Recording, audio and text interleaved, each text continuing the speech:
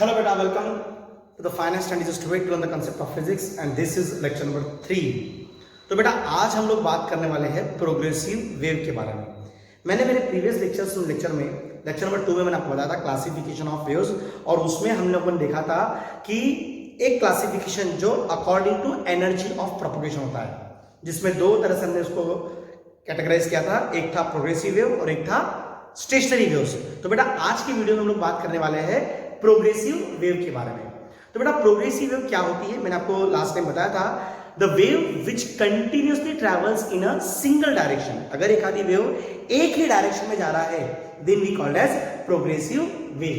तो देखो बेटा प्रोग्रेसिव वेव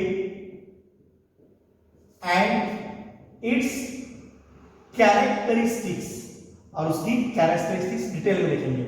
ओके, तो प्रोग्रेसिव वेव मैंने अभी आपको समझाया था कि the wave which continuously travels in a single direction is called as progressive wave. वो डायरेक्शन चाहे पॉजिटिव एक्स हो चाहे निगेटिव एक्स है, बस वेव ने एक ही डायरेक्शन में जाना चाहिए, वापस नहीं आना चाहिए। अगर वो एक ही डायरेक्शन में जाती है तो हम उसे क्या कहते हैं, प्रोग्रेसिव वेव।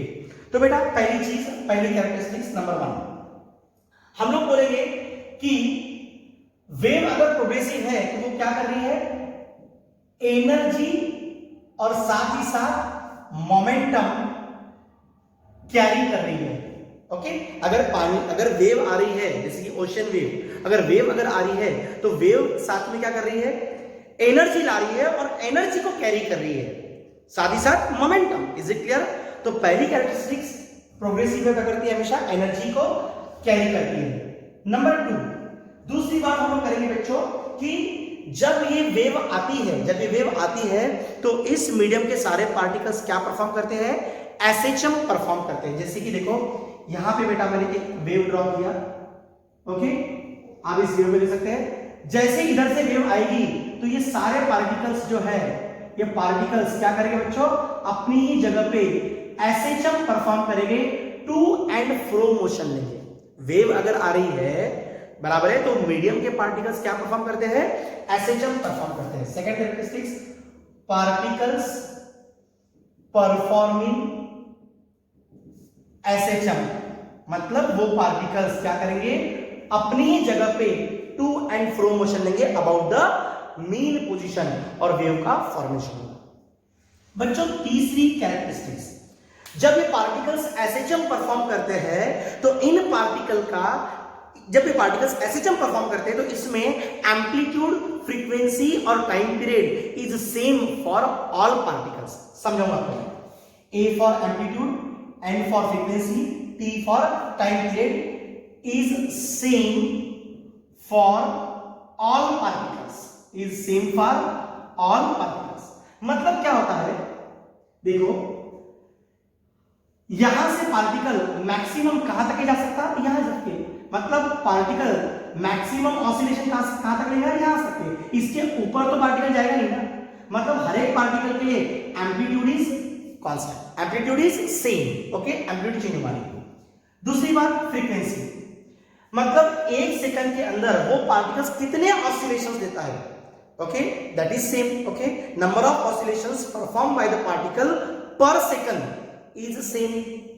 तीसरा capital T, that is what, time period. यहां पे ऑसिलेशन को एक टाइम पीरियड, एक ऑसिलेशन कंप्लीट करने में जितना समय लगता है that is what T, that is the time period ना, कि एक oscillation complete the time required to complete one oscillation is called as what, time period. तो जब भी पार्टिकल्स बच्चों एसएचएम परफॉर्म करेंगे तो amplitude, frequency, time period is same for all particles. बच्चों चौथी कैरेक्टरिस्टिक्स पे बात करेंगे हम लोग। चौथी कैरेक्टरिस्टिक्स की state of oscillation is different. अब ये बहुत इंपॉर्टेंट है, स्टेट ऑफ ऑसिलेशन ये कैसा रहेगा, डिफरेंट। अब आपको ये समझाता हूं मैं कि ये स्टेट ऑफ ऑसिलेशन क्या होता है। हर एक पार्टिकल का स्टेट अभी डिफरेंट है। जब पार्टिकल एसएचएम परफॉर्म करता है तो हर एक पार्टिकल का state of oscillation is different. अगर मान लो यहां पे टाइम, इस पार्टिकल का टाइम अगर t = 0 है तो ये पार्टिकल यहां से स्टार्ट करेगा अपना मोशन, तो ये तो पार्टिकल यहां से स्टार्ट करेगा, ये तो ऑलरेडी ऊपर है, ये ऑलरेडी उसके ऊपर है, ये ऑलरेडी यहां पे है, तो हर एक पार्टिकल का state of oscillation is different. मतलब हर एक पार्टिकल अपना ऑसिलेशन अलग अलग टाइम पे स्टार्ट करेगा। कैसा करेगा? अलग अलग टाइम पे स्टार्ट करेगा। That is the state of oscillation. Okay, तो क्योंकि इसके अंदर सभी क्या कर रहे हैं? एसएचएम, सभी पार्टिकल्स एसएचएम परफॉर्म कर रहे हैं। जितने भी पार्टिकल्स हैं सभी पार्टिकल्स एसएचएम परफॉर्म कर रहे हैं। तो हर एक पार्टिकल का एसएचएम अपनी अपनी पोजीशन से स्टार्ट हो रहा है। Is it clear? कोई यहां पे है, कोई यहां पे है, कोई यहां पे है, कोई यहां पे है। तो t इक्वल टू 0 अगर टाइम पे ये पार्टिकल यहां से स्टार्ट कर रहा, तो ये पार्टिकल यहां से ऊपर जाएगा, ये पार्टिकल यहां से ऊपर जाएगा। So state of oscillation is different. हर एक पार्टिकल की पोजीशन कैसी है? अलग है, और वो अपनी जगह से एसएचएम स्टार्ट कर रहा है। समझ में आया बच्चों? ना बच्चों आप देखेंगे फिफ्थ वाली characteristics.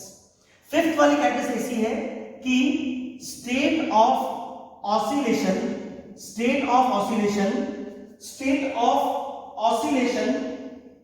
Is seen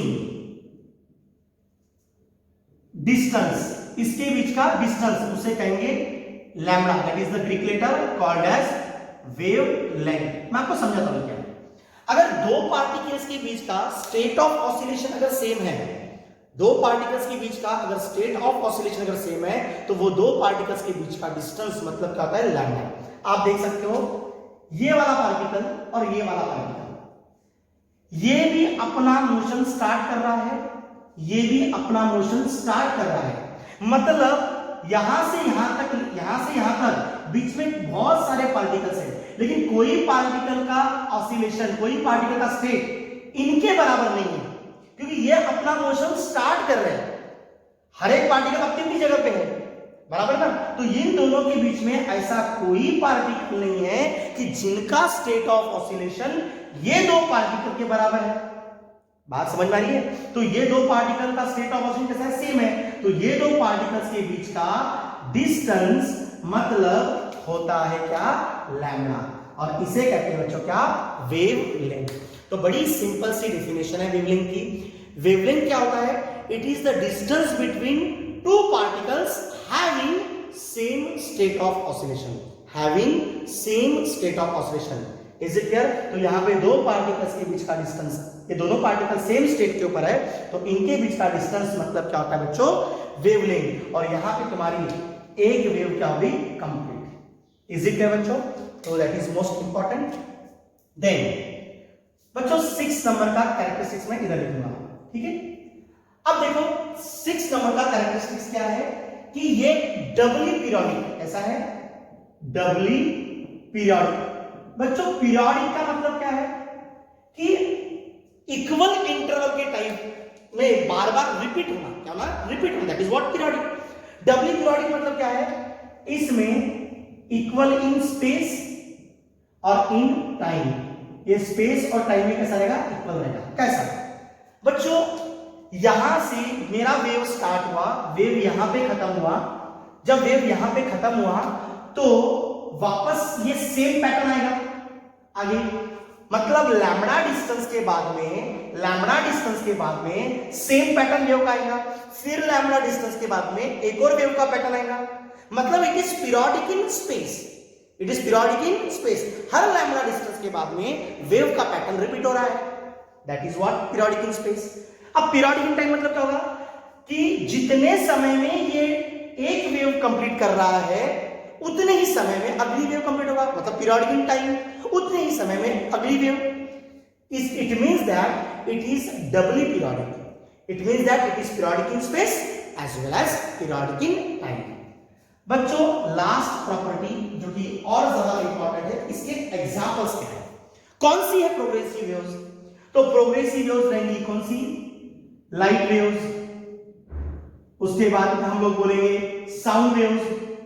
These are the examples of progressive wave. ये एक ही डायरेक्शन में ट्रैवल होते हैं, वापस नहीं आते हैं। मैं बोल रहा हूं मेरा साउंड सीधा ट्रैवल हो रहा है, वापस नहीं आएगा। बराबर? लाइट सीधा चलेगा, प्रोग्रेसिव है, एक डायरेक्शन में ट्रैवल होगा, वापस नहीं आएगा। So these are the one of the best examples of progressive wave. तो बच्चों आज की वीडियो में आपको समझ में आया, बड़े ही शॉर्टकट वे से मैंने आपको समझाया कि प्रोग्रेसिव वेव क्या है और उसकी कैरेक्टरिस्टिक्स। तो प्रोग्रेसिव वेव एक वैसी वेव है जो कंटिन्यूअसली एक ही डायरेक्शन में ट्रैवल करेगा, जिसकी कैरेक्टरिस्टिक क्या है, एनर्जी मोमेंटम कैरी करता है प्रोग्रेसिव वेव, उसमें पार्टिकल्स, उसमें मीडियम के पार्टिकल्स क्या परफॉर्म करते हैं, एसएचएम, और हर पार्टिकल्स का एम्पलीट्यूड, फ्रीक्वेंसी, टेम्परेचर का same, state of oscillation is different, her particle अपनी अपनी जगह से एसएचएम स्टार्ट करेगा। Number 5, state of oscillation is same between two particles, जहां दो पार्टिकल्स के बीच का, दो पार्टिकल्स सेम स्टेट के ऊपर है, उनके बीच का डिस्टेंस मतलब क्या, lambda. Lambda is the Greek letter that is called as wavelength. तो very simple definition, wavelength is the distance between two particles having same state of oscillation. Then last but one, it is doubly periodic, it is periodic in space as well as periodic in time. And last examples, light waves and sound waves are the progressive waves. Okay, so thank you so much for watching the video. That's it.